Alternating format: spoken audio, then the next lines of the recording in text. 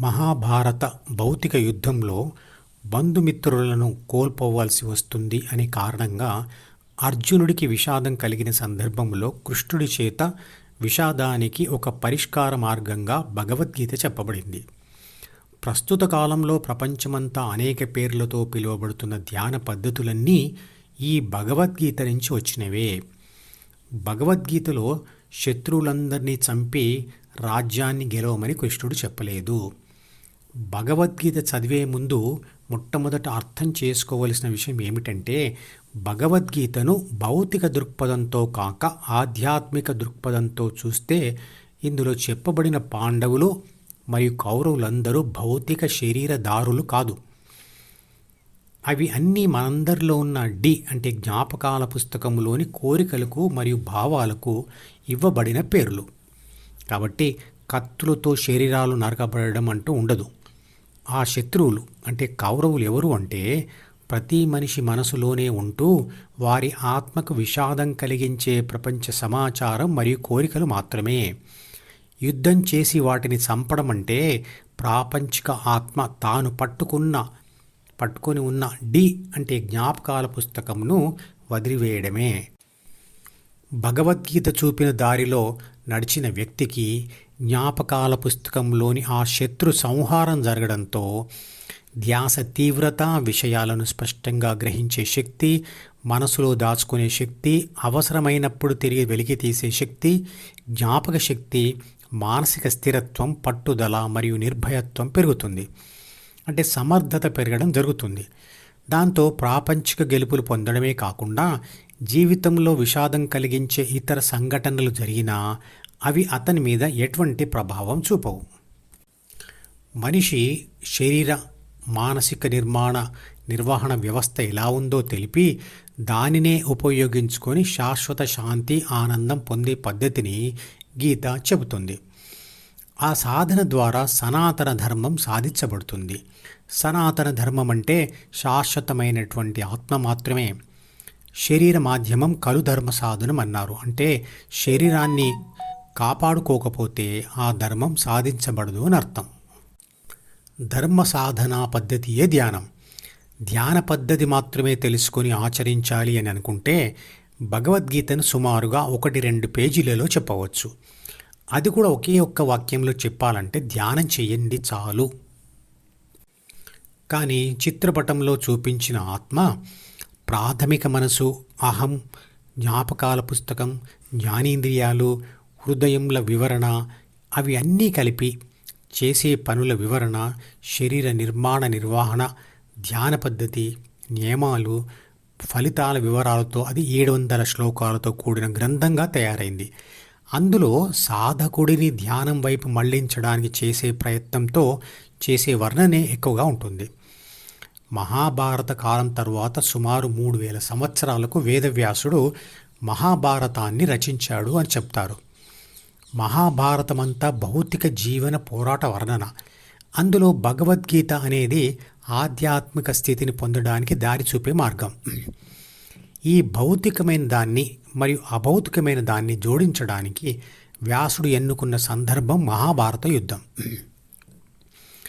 ఎందుకంటే మహాభారతంలో కృష్ణుడి సలహా ప్రకారంగా అర్జునుడు భౌతిక యుద్ధం చేయాలి. ఆ యుద్ధ ఫలితంగా బంధుమిత్రులందరూ చనిపోతారు అన్నది అర్జునుడికి విషాదాన్ని కలిగించింది. అందువల్ల యుద్ధం చెయ్యను అని అభిప్రాయానికి వచ్చాడు. అదేవిధంగా ఉండే ఆధ్యాత్మిక సంఘటన ఏమిటంటే, కృష్ణుడు అనబడే యోగా గురువు సలహా ప్రకారంగా అర్జునుడు అనే ధ్యాన సాధకుడు తన స్వంత మనసులోని ఆలోచనలతో ఆధ్యాత్మిక యుద్ధం చేయాలి. అంటే ధ్యానం చేయాలి. ఆ ధ్యాన ఫలితంగా ద్వితీయ మనసులో ఉన్న అన్ని కోరికలు మరియు అన్ని ప్రాపంచిక బంధాలు తక్షణమే విచ్ఛిన్నమైపోతాయి. అంటే సన్యాసి స్థితి వెంటనే వస్తుంది అనే ఊహనే అతనికి విషాదాన్ని కలిగించింది. అందువల్ల ధ్యాన యుద్ధం చేయకూడదనే అభిప్రాయానికి వస్తాడు ధ్యాన సాధకుడు. మహాభారతం యొక్క భగవద్గీతలోని ఈ సంఘటన దగ్గర నుండే పరిస్థితి భౌతికత్వం నుంచి ఆధ్యాత్మికతకు మళ్ళుతుంది. ఇదే అసలైన టర్నింగ్ పాయింట్. ఇది భగవద్గీతలోని మొదటి అధ్యాయం దగ్గర జరుగుతుంది. ఇక 2వ అధ్యాయం నుంచి కృష్ణుడు ధ్యానం గురించి చెప్పిన విషయాలు మాత్రమే ఉంటాయి. భౌతిక యుద్ధంలో బంధుమిత్రుల వియోగం అంటే చనిపోవడం అప్పటికప్పుడే జరుగుతుంది. కానీ ధ్యాన యుద్ధంలో జ్ఞాపకాల పుస్తకం అంటే డీలో స్థిరపడిపోయిన అన్ని మానవ బంధాలు విచ్ఛిన్నమై సన్యాసి స్థితి రావడానికి కొన్ని దశాబ్దాల సమయం పడుతుంది. అంటే అది ముసలితనంలో వస్తుంది. అప్పటికి సన్యాసి స్థితి రావడం ఎంత అదృష్టమో ఆ వయసులో ఉన్న వాళ్ళకి మాత్రమే తెలుస్తుంది.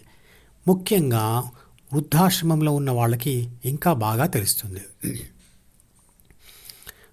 ప్రాపంచిక గెలుపుల కోసమే కాకుండా ఒక సమస్య పరిష్కారానికి అన్ని రకాల ప్రయత్నాలు చేసిన తర్వాత కూడా కలిగే అపజయంతో వచ్చే తీవ్ర విషాదాన్ని తట్టుకోవడానికి ధ్యాన మార్గం తప్పనిసరి. భగవద్గీతలో చెప్తాడు, ధ్యానానికి విషాదం ఒకటే కారణం కాదు, అర్ధార్తి మరియు జిజ్ఞాసువులు కూడా ధ్యానం చేస్తారు అని.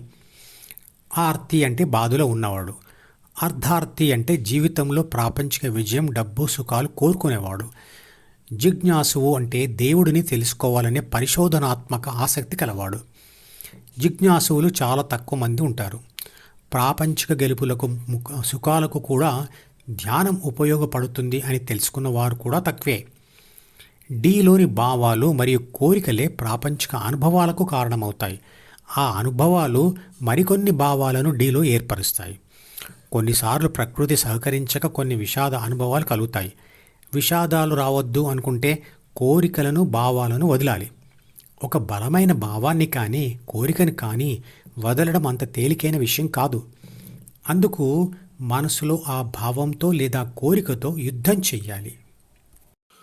ఈ ఛానల్కి సబ్స్క్రైబ్ చేస్తే మీకు మాత్రమే క్రమం తప్పకుండా అన్ని వీడియోలు చూసే అవకాశం ఉంటుంది. ఇతరులకు షేర్ చేస్తే మీ వల్ల వారికి కూడా ఈ వీడియోలు చూసే అవకాశం వస్తుంది. లైక్ చేస్తే యూట్యూబ్ మేనేజ్మెంట్ మరికొందరికి ఈ వీడియోలను చూసే అవకాశం ఇస్తుంది.